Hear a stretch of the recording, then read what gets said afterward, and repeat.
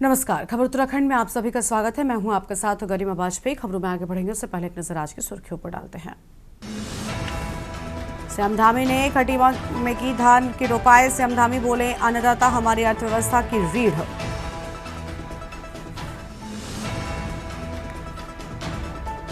स्वायत्त सहकारिता को मिलेगा संगठन पुरस्कार। स्वतंत्रता दिवस पर पीएम मोदी करेंगे सम्मानित।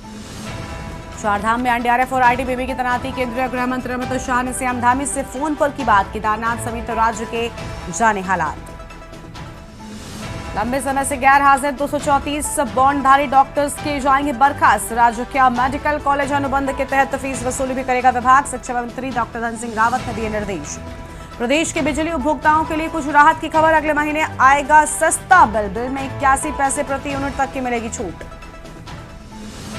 चारधाम यात्रा के लिए 7 अवर अभियंता का अस्थायी तबादला। यूपीसीएल निदेशक परिचालन ने जारी किया आदेश। तैनाती स्थल पर कार्यभार संभालने के भी दिए निर्देश। आप देख रहे हैं के न्यूज, खबरों का सारथी।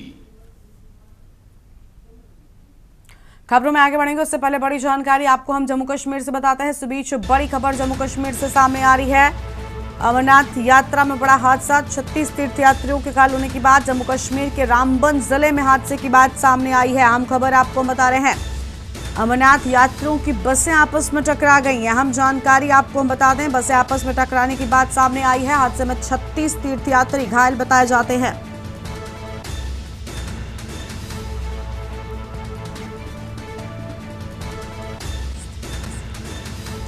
भगवती नगर से पहलगाम जा रहा था काफिला। बड़ी जानकारी आपको हम बता रहे हैं। बस टक्कर से अफरा तफरी मची।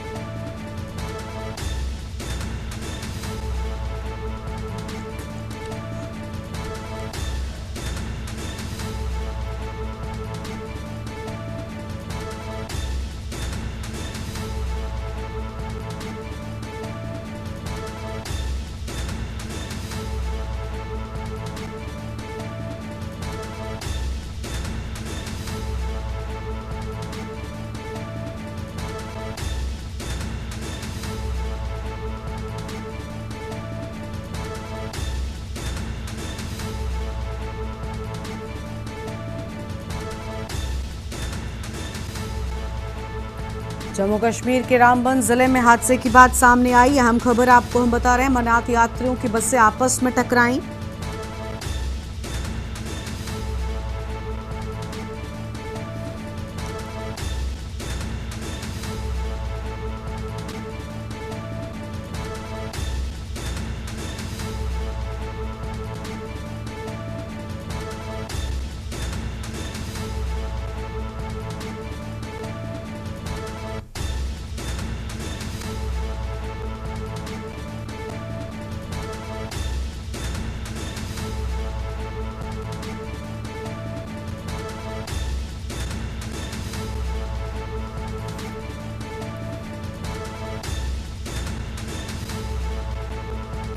अहम जानकारी आपको हम बता रहे हैं। अमरनाथ यात्रियों की बसें आपस में टकराई।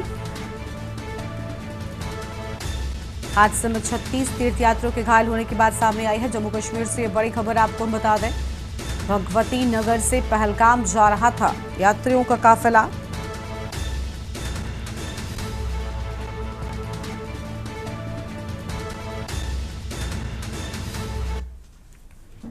और अगली खबर आपको हम चंपावत से बताते हैं, जहां पर मुख्यमंत्री पुष्कर सिंह धामी अपने विधानसभा क्षेत्र चंपावत के टनकपुर नगर पहुंचे, जहां उनका भाजपा कार्यकर्ताओं और स्थानीय जनप्रतिनिधियों ने भव्य स्वागत किया। मुख्यमंत्री को गार्ड ऑफ ऑनर भी दिया गया। उन्होंने टनकपुर स्थित पर्यटक आवास गृह में कैलाश मानसरोवर यात्रा के 45 सदस्यों से मुलाकात की और यात्रा से जुड़े महत्वपूर्ण पहलुओं पर चर्चा भी की। इसके बाद मुख्यमंत्री ने यात्रियों को हरी झंडी दिखाकर रवाना किया। कैलाश मानसरोवर यात्रा में 32 पुरुष और 13 महिलाएं शामिल हैं, जो देश के विभिन्न राज्यों से आए हैं। मुख्यमंत्री ने कहा कि राज्य सरकार ने यात्रियों की सुविधा के लिए सभी आवश्यक इंतजाम भी किए हैं ताकि उनकी यात्रा सुखद और सफल हो। उन्होंने मां पूर्णागिरी से यात्रियों की मंगल कामना करते हुए प्रार्थना की कि यात्रा सभी के लिए शुभ और मंगलमय साबित हो।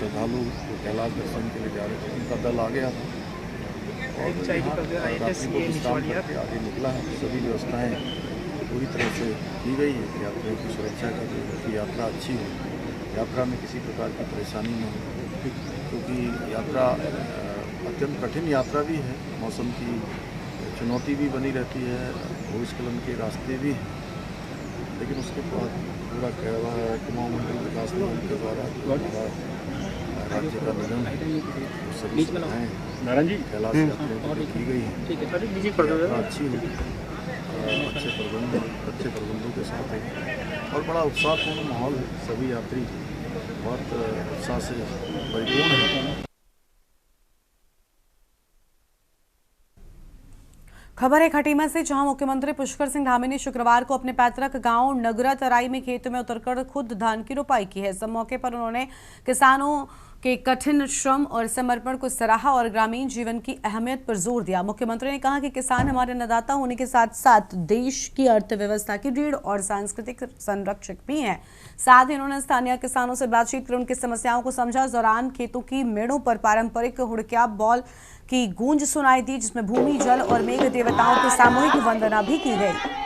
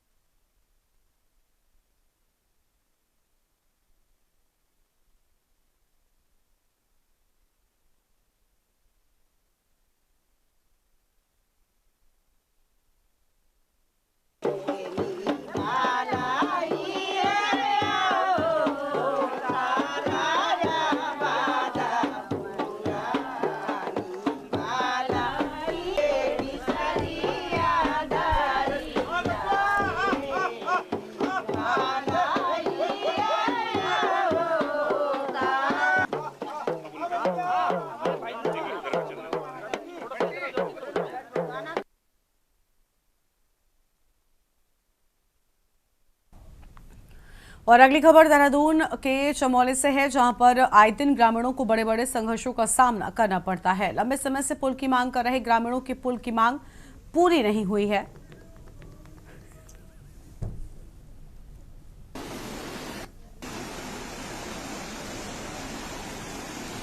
राज्य सरकार भले ही राज्य में चौमुखी विकास की बात करती है, लेकिन आज भी यहां के लोग जान जोखिम में डालकर आवाजाही करने को मजबूर हैं। तस्वीरें सोशल मीडिया पर वायरल हैं और अपने आप में सब कुछ बयान कर रही हैं।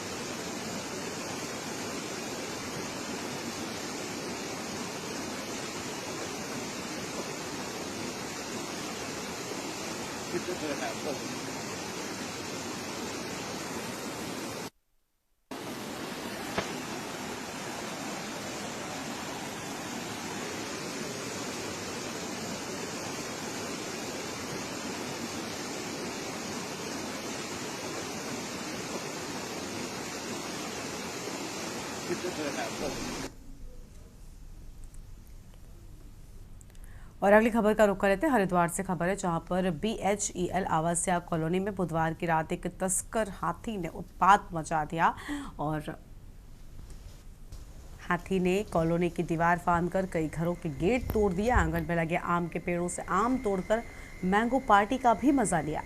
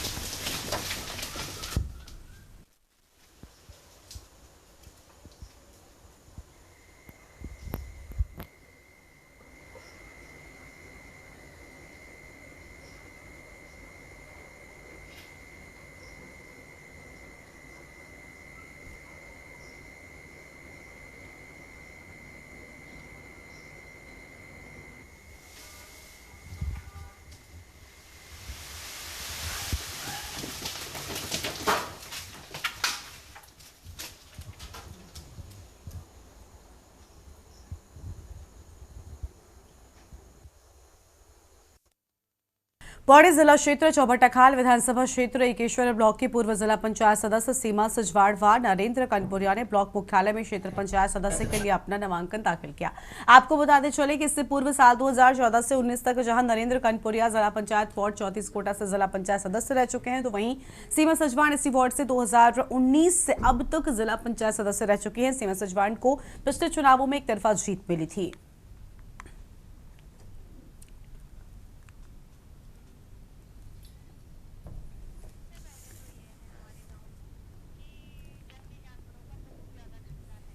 हमारे गांव के बीच पेड़ इतने हो रखे हैं, हमने कई बार मतलब प्रस्ताव बनवाए, आगे तक भेजे, पर कोई उन पे कोई वो नहीं हुआ जो होना चाहिए था आगे से शासन प्रशासन द्वारा, किसी भी द्वारा। हमने तो अपने गांव से सहमति से दे दिए, पर ये नहीं था कि इतने पेड़ हो रखे, बिजली की तारें उन पे ऐसे अटक रखी है, थोड़ा भी गिरे, बंदरों का खतरा है, बाघ ऐसे ही घूम रहे हैं। और अब की बार मतलब मेरा वो आ रखा है नाम, तो अब देखते हैं कि क्या विकास हो सकता है हमसे। मैंने अभी तो नॉमिनेशन किया है, तो अब देखते हैं हमसे क्या विकास होगा। पहले तो हमारे गांव में पानी की बहुत समस्या है, बहुत साल तल्ला में, तो पहले हम पानी की व्यवस्था करवाएंगे और खेती बाड़ी का काम करवाएंगे। हमारे यहाँ खेती बाड़ी भी कम ही लोग करते हैं, तो खेती बाड़ी का काम भी करवाएंगे। और जो ऐसे ही लावारिस गाय वगैरह है उनके लिए एक पशुपालन खोलेंगे। और अगर जनता हमको चुनती है तो सबसे पहले हम खेतीबाड़ी का काम करवाएंगे, और जैसे महिलाएं हैं उनके लिए भी कोई ना कोई रोजगार लाएंगे। हर कोई मतलब अपने घर पे ही रहते हैं, तो उनके लिए भी रोजगार लाएंगे पहले। नमस्कार भाई साहब, मैंने क्षेत्र पंचायत के लिए नॉमिनेशन किया है। मैं देखना चाह रही हूँ कि गांव में लोग बाहर से बहुत इंटरफेयर कर रहे हैं, तो ये गलत बात है। जो लोग गांव में रहते हैं उन्हें ही प्राथमिकता मिलनी चाहिए, जो कि ये सरल से गलत है। यदि सामान्य सीट आ रही है तो उसमें उसकी बेटियां बहुएं नॉमिनेट हो रही हैं, और जो लोग गांव में रहते हैं उन्हें कोई प्राथमिकता नहीं दी जा रही है, तो ये गलत है, सरासर गलत है ये। मैं ये कह रही हूँ क्षेत्र की जनता से कि इतना सबको सोचना चाहिए कि जो लोग गांव में रहते हैं उन्हें ही प्राथमिकता दें। अन्यथा यदि 5 साल पहले ही आप चुनाव में दिखे थे और 5 साल बाद ही चुनाव में दिखेंगे, तो ऐसे लोगों को बिल्कुल नहीं वोट नहीं देना। जी, मैं सुमन देवी जिला पंचायत से कोटा पंतु से लड़ने अपने क्षेत्र के विकास के लिए अपने गांव में रहूँगी। बाहर सभी गांव में जंगली जानवर का डर है, और लोग वहाँ सिर्फ चुनाव देने के लिए गांव में आते हैं, फिर बाहर चले जाते हैं। लेकिन हम तो यहीं रहते हैं गांव में, पुराना अपना वो है, तो इसलिए हमने कहा गांव के विकास के लिए हम महिलाओं को रोजगार, महिलाओं को और सभी तरफ से हर तरफ से विकास के लिए। बिल्कुल, मैं इस बात से बहुत आश्वस्त हूँ कि मेरे क्षेत्र की जनता ने मुझे दोबारा आने का मौका दिया है और मैं 2014 से और 2019 तक मैं जिला पंचायत सदस्य रहा इस कोटा सीट से। और इस समय ये इस कोटा सीट पे कोई भी यहाँ का स्थानीय नागरिक यहाँ पे जिला पंचायत का भी चुनाव नहीं लड़ रहा है। मेरी पत्नी जिला पंचायत का चुनाव लड़ रही है और मैं बीडीसी का चुनाव इस क्षेत्र से लड़ रहा हूँ, इस उद्देश्य के साथ कि हमारे क्षेत्र में जितने भी लोग हैं जो यहाँ के स्थानीय नागरिक हैं तो यहाँ पे चुनाव लड़ते हैं। और लेकिन इसके साथ साथ ऐसे बहुत सारे कुकुरमुत्तों की तरह और मेढकों की तरह, बरसाती मेढकों की तरह यहाँ पे पहुंच जाते हैं चुनाव लड़ने के लिए।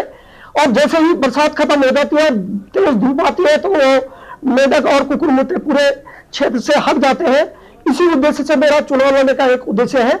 मैंने आज अपना नामांकन पत्र भर दिया है और जैसा कि आपने कहा कि मैं पिछले 5 साल मैं भी जिला पंचायत सदस्य रही हूँ और मैंने जनता के बीच रही हूँ। ऐसा नहीं कि मैं लोगों के सुख दुख में रही हूँ। आप क्षेत्र में अगर पूछेंगे मेरे बारे में तो सीमा सजवाण के बारे में प्रत्येक व्यक्ति, प्रत्येक बच्चा और प्रत्येक बुजुर्ग मेरे ख्याल से जानता होगा। और कुछ कायक है जो रह गए। मेरी कोशिश रहेगी कि आगे जो 5 साल मुझे अगर जनता मुझे आशीर्वाद देती है अपना, तो जो कार्य मेरे रह गए हैं उनको पूर्ण करने की मैं पूरी कोशिश करूँगी। मेरी किसी भी प्रत्याशी से कोई व्यक्तिगत दुश्मनी नहीं है और मैं उन्हें भी शुभकामनाएं दूंगी। और यहाँ पर रुकते हैं एक छोटे से ब्रेक के लिए, जल्द लौटेंगे। आप देख रहे हैं की न्यूज।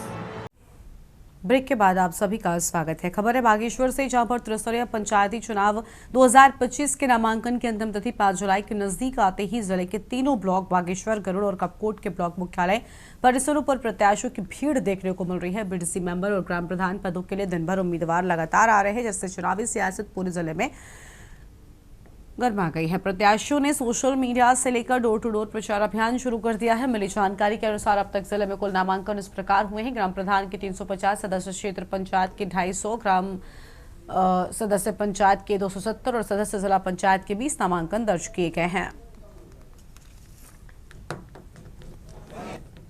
जो गांव में जो प्रॉब्लम है, सिंचाई के प्रॉब्लम है और जंगली जानवरों से जो परेशानी है गांव में लोगों को, ये चीज़ों का मुख्य ये है, हमारा उद्देश्य है कि इसको हम सफल करेंगे। पक्के रास्ते बने हैं नहीं बने?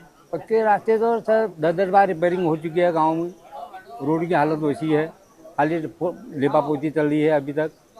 अब आगे हम उसके बारे में सोचेंगे। क्या नया करेंगे आप अगर आप? नया पहले तो हमको सिंचाई के लिए जो खेतों के, हम ये किसान आदमी हैं, सिंचाई के लिए हमें जो पानी की व्यवस्था चाहिए वो नहर बुलू के लिए, बुलू को हम मरम्मत करेंगे, उनकी उन्हें सही ढंग से रिपेयरिंग करके उनका निर्माण करेंगे।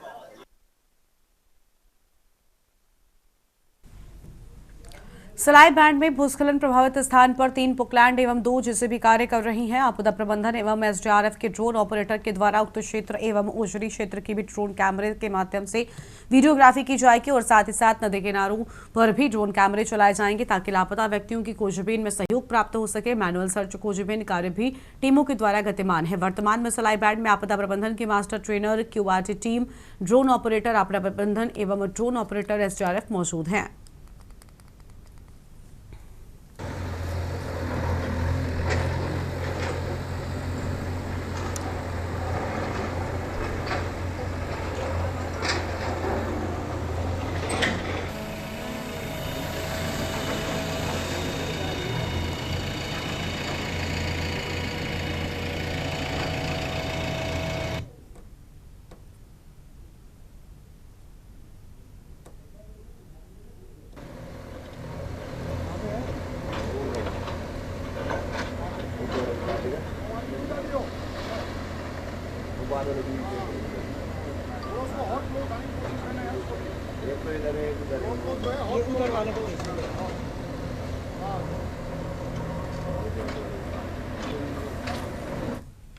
अगली खबर का रुख कर लेते हैं। अगली खबर हल्द्वानी से है, जहां पर मानसून के मौसम में अवैध शिकार और लकड़ी तस्करी की घटनाओं में बढ़ोतरी को लेकर वन विभाग ने ऑपरेशन मानसून शुरू कर दिया है। कुमाऊं मंडल के तराई पूर्वी वन प्रभाग में विशेष गश्त अभियान चलाया जा रहा है ताकि वन्यजीव तस्करों पर कड़ी नजर रखी जा सके। प्रभागीय वनाधिकारी हिमांशु बागड़े ने कहा कि मानसून के दौरान वन तस्कर सक्रिय हो जाते हैं, इसलिए सभी वन कर्मियों को 24 घंटे अलर्ट पर रखा गया है। नेपाल सीमा से लगे शारदा नदी में इलेक्ट्रिक बोट और ड्रोन के माध्यम से भी निगरानी की जा रही है।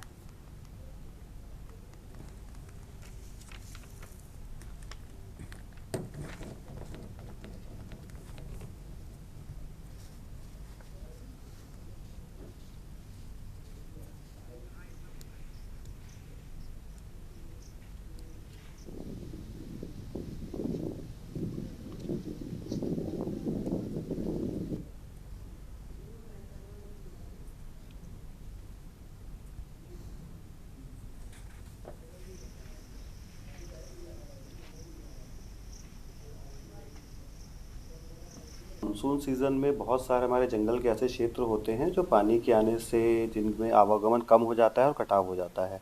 इस कारण से ऐसे जो क्षेत्र हैं और जो स्थल हैं वो संवेदनशील हो जाते हैं आपके वाइल्ड लाइफ पोचिंग से और इलीगल जो फेलिंग होती है उन सब दृष्टिकोण से संवेदनशील हो जाते हैं। तो इसी के मद्देनज़र रखते हुए हमने पूरे डिवीज़न में मानसून स्पेशल गश्त के डायरेक्शन जारी कर दिए हैं, जिसमें कि प्रत्येक रेंज में मानसून में लंबी दूरी गश्तें की जाएंगी। इसमें इस प्रकार के क्षेत्र चिन्हित किए जाएंगे जहां पर गाड़ी से नहीं जाया जा सकता, पैदल जाया जाएगा वहां पर, और ये सामूहिक गश्त होगी। इसमें कोई अवैध गतिविधि के अगर चिन्ह पाए जाते हैं तो उस पर ध्यान रखा जाएगा।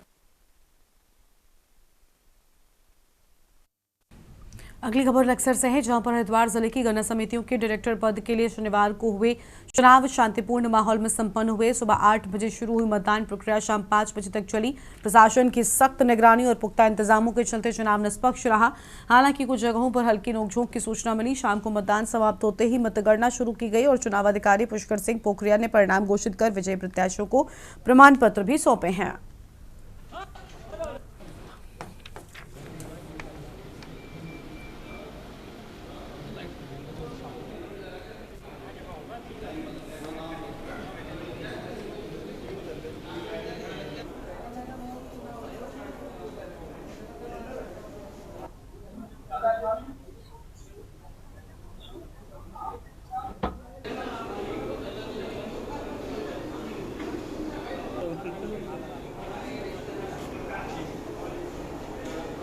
कर दिया होगी।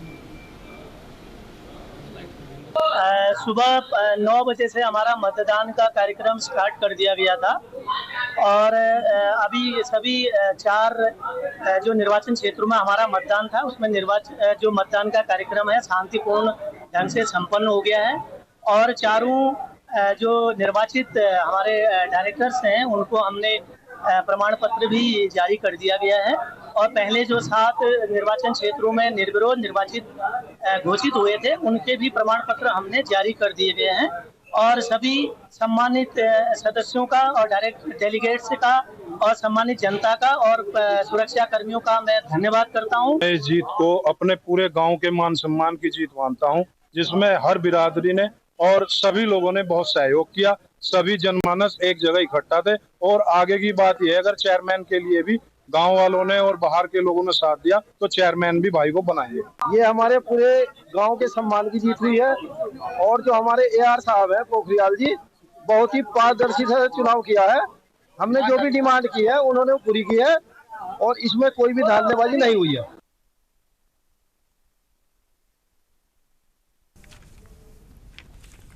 बुलेटिन में इतना ही। आप देखते रहिए के न्यूज़ इंडिया। नमस्कार।